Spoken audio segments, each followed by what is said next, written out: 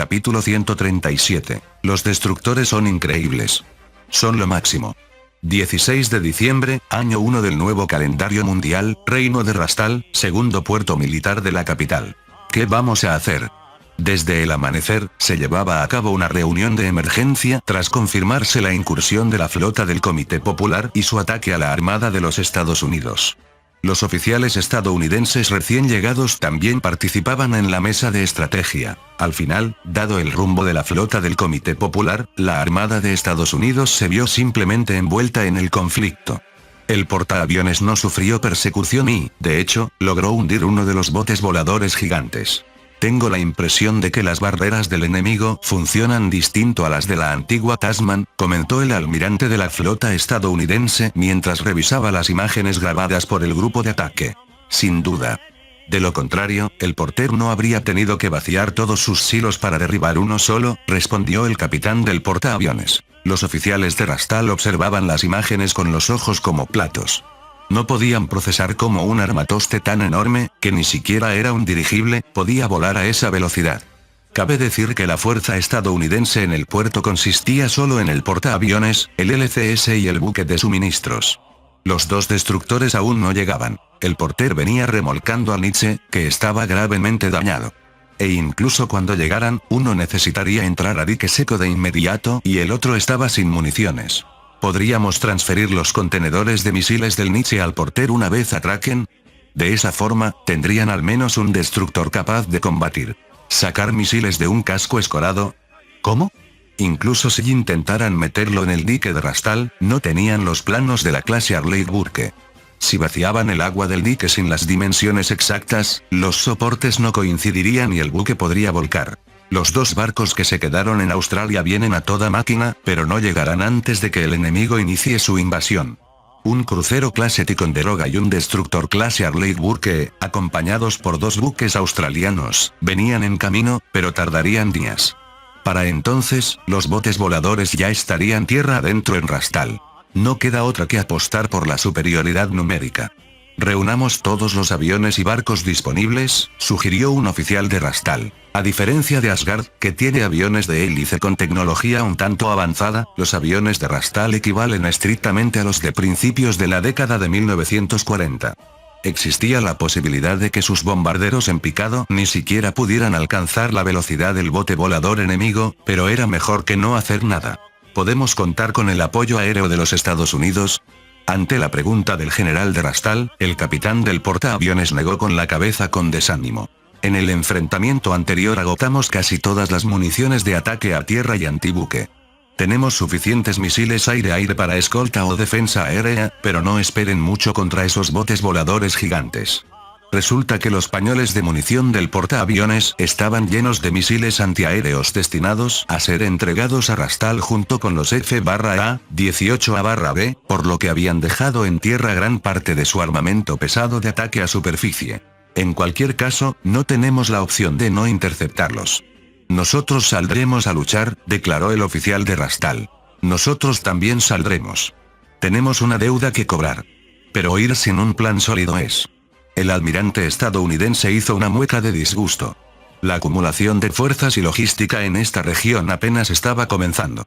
Tener que enfrentarse a un enemigo tan problemático con recursos tan limitados era algo impensable para una armada que siempre había aplastado a sus rivales con una logística abrumadora. ¿Eh? ¿Y eso? Buscando una solución, el almirante miró por la ventana y vio entrar al puerto un buque de guerra con el familiar radar Spy-1 instalado en su puente. 16 de diciembre, año 1 del nuevo calendario mundial, Reino de Rastal, zona portuaria de la capital. El capitán del buque soltó un largo suspiro mientras observaba el muelle comercial adyacente al puerto militar. Por fin podremos descansar un poco.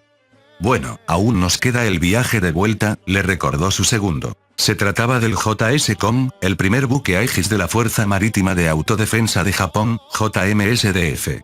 Aunque ya tenía una edad considerable y se hablaba de reasignarlo a una flotilla de escolta de menor rango tras modernizarlo, para la JMSDF, que actualmente tiene sus barcos dispersos protegiendo rutas comerciales por todo el mundo, seguía siendo un activo de defensa de flota invaluable.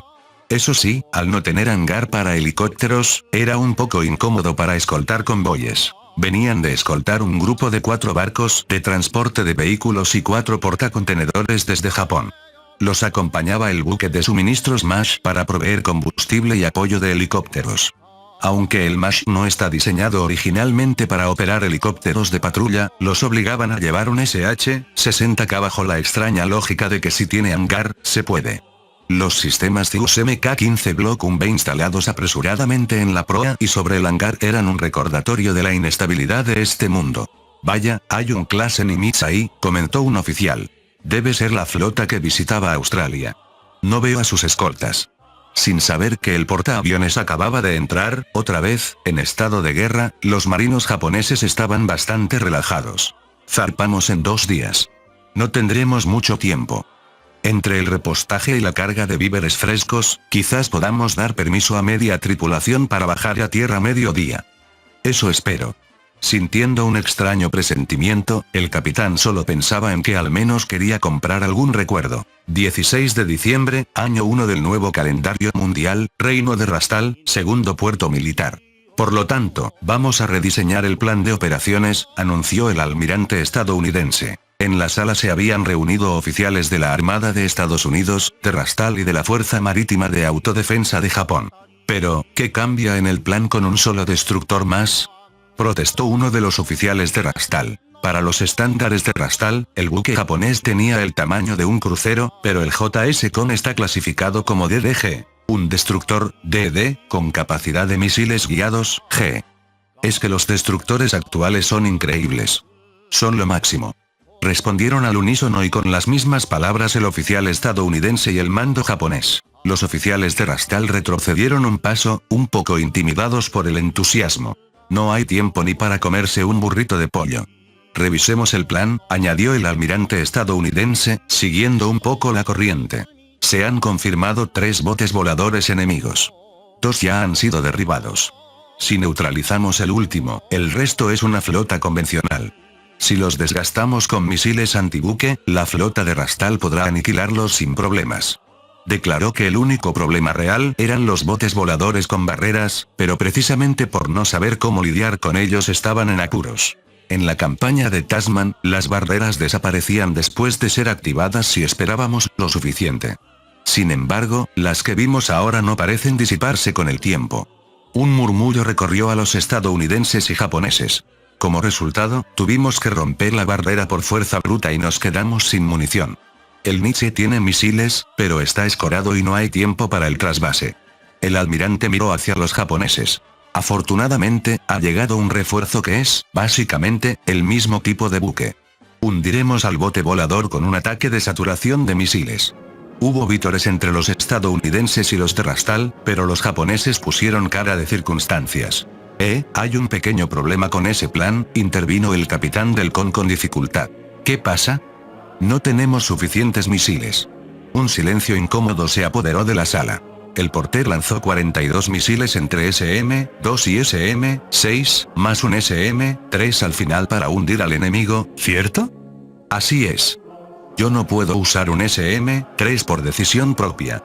Por cierto, ¿cómo demonios lograron que impactara? Parece que forzaron al objetivo a entrar en la trayectoria de guía, murmuró el almirante, preguntándose por qué aquel capitán se había tomado tantas libertades. Mi buque solo lleva 30 misiles SM-2 en este momento, confesó el capitán japonés con tono autocrítico. Es que somos pobres. De hecho, con 12 misiles BLA, antisubmarinos, sus 90 celdas VLS estaban medio vacías. Tenían 4 celdas con SM-3 para defensa contra misiles balísticos, pero no podían usarlos para otros fines. Así que, con solo mi barco, lo más probable es que no logremos derribarlo, concluyó el capitán.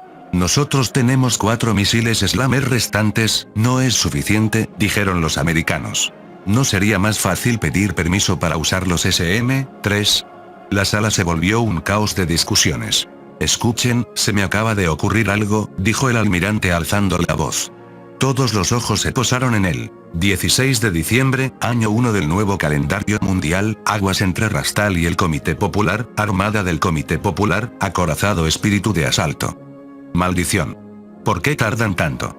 El comisario de gestión revolucionaria estaba de los nervios tras saber que, aparentemente, 2 de sus acorazados voladores habían sido hundidos. Si regresaban así, tanto él como el comisario de la flota serían purgados.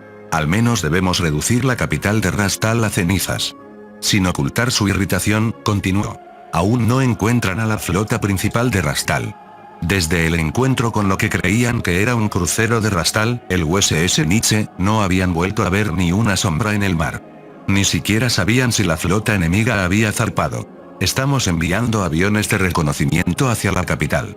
Los encontraremos pronto, intervino el comisario del buque, ignorando al comisario de la flota, que estaba demasiado ocupado pensando en su propia ejecución. Además, si no los encontramos, significa que no hay obstáculos hasta la capital enemiga. La borraremos del mapa con nuestros cañones. Es verdad. No es obligatorio enfrentarse a ellos en el mar. Basta con destruir el lugar al que deben regresar. El comisario revolucionario se calmó un poco. En teoría, debería haber fuertes defensas en la capital, pero en su mente ya habían sido destruidas por sus acorazados voladores. Reporte de contacto. Un acorazado y un crucero detectados al frente. El acorazado volador Gran Salto Adelante se dirige hacia allá. El puente se llenó de agitación ante el anuncio. ¿A qué distancia? A la velocidad actual, el contacto se producirá en 4 o 6 horas. Dejemos que el Gran Salto se encargue. Bien, así será. Aunque lamentó que estuvieran lejos, cambió su enfoque hacia el bombardeo de la capital, convencido de que una a 2 naves iguales, su optimismo lo hacía un militar negligente. Fin del capítulo 137. El link a la historia del autor estará en la descripción.